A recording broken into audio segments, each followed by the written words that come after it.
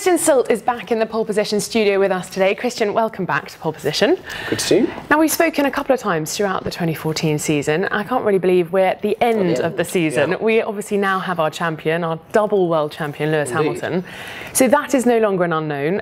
We still have a lot of unknowns now, though, going into 2015. First, though, I'd like to talk about the teams. You know, are we going to have 11 teams? Will we have 9, maybe 10? What are your thoughts on that? Well, at the minute, there's really only 9 that are essentially still actively trading. I mean, Marussia formerly ceased trading, and Caterham is still kind of in the process of hopefully being sold, although the administrator hopes so. It's in administration. So I think at the minute you can only really say that there'll be 9 with a real question mark over Caterham. But I mean, I would say 9. I mean, it's been a bizarre end to the season. We've had words like boycotting, crowdfunding, things that you don't really associate with Formula One. You think everyone will turn up to the grid. You don't expect fans and smaller investors having to put money into large teams.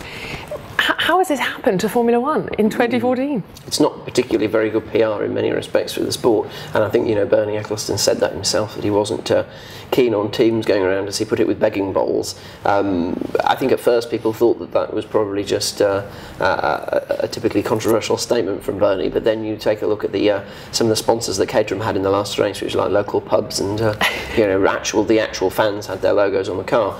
So I think really it's something that Formula One kind of woke up to, the fact that it has a problem at the lower end of the grid, and the reality of the matter is that as all sports, you have prize money which favours the best performance. That's to be expected.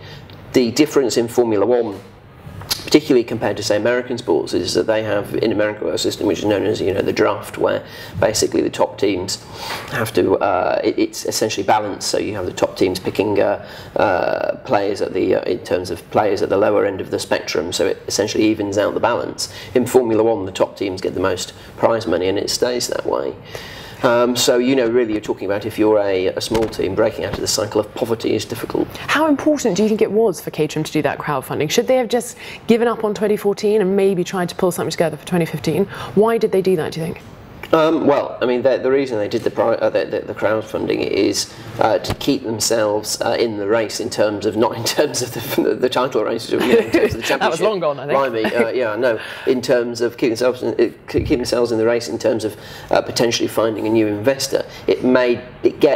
It gave comfort in the fact that they are still got their wheels turning. I mean, we've heard today that they're going to be allowed to use the 2014 car in 2015. Now, to my mind, that seems ludicrous. You want to have all teams level playing field.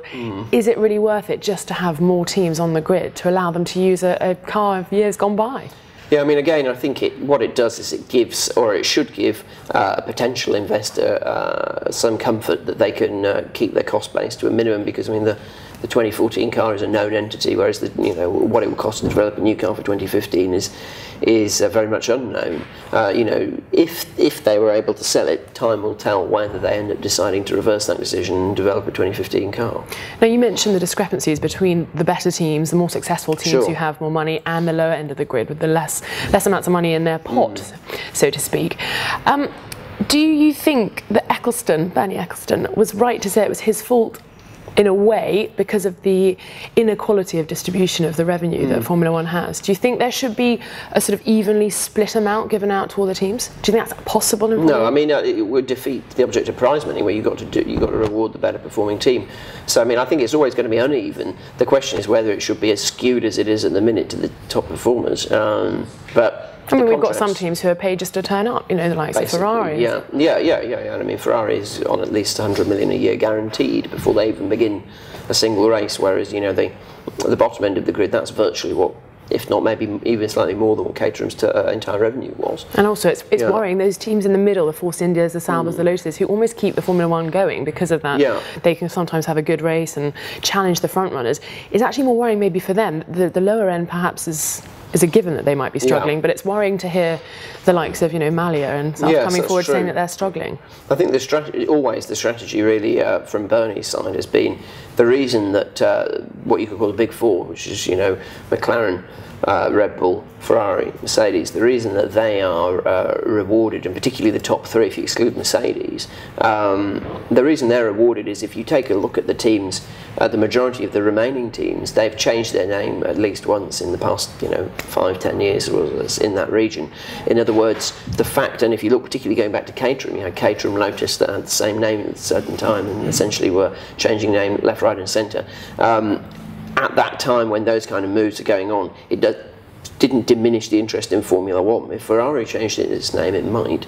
So Bernie essentially, well, quite. They could do it theoretically to Maserati or something. But I mean, the fact is that it's what's rewarded is longevity.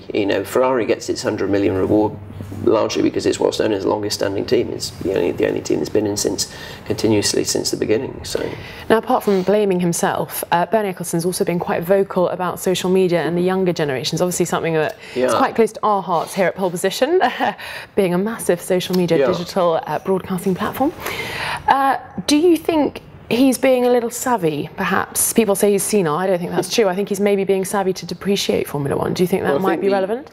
The issue with Bernie and what he said about Formula One on social media is that he doesn't generate any money directly from it, to the extent that I think it's very difficult in general for sports to monetize social media, Twitter, Facebook, etc. I mean, YouTube's the way to go. Potentially, yes. Certainly for sport. But in F1's terms, it keeps, for example, with YouTube, it keeps its the TV rights footage very much a priced commodity, so he can extract, so Formula One can extract more money from the broadcasters.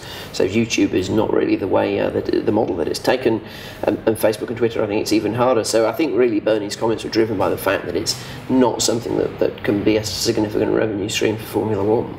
And you don't think it's a depreciation tactic? So no, that someone who's looking to buy? No, I mean, I think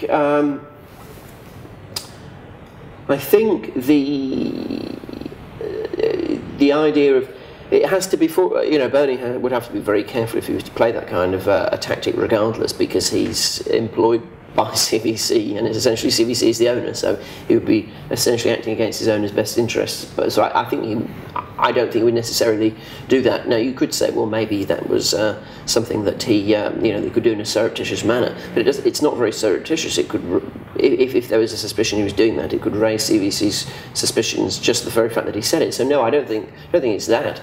I think that's actually essentially too risky, really, and probably also more to the point, too a blunter tactic. I think if Bernie was going to try that, he's a little bit too clever to do so, say something so blatant. We're more likely to be something a little bit more surreptitious. Well, we've still got 3.5 months, nearly 4, until the first race, around about that. So I'm sure all of this will rumble on, and perhaps you'd like to come and have another chat on the sofa as and when we hear of who's going to be on the grid in Melbourne in March.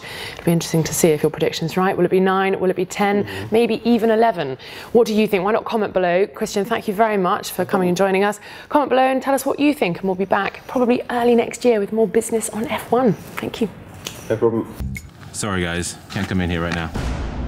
Why? What do you mean? I mean, we're the race drivers. The lightest car in the world. And you want to go for a race with this now, what? Yeah.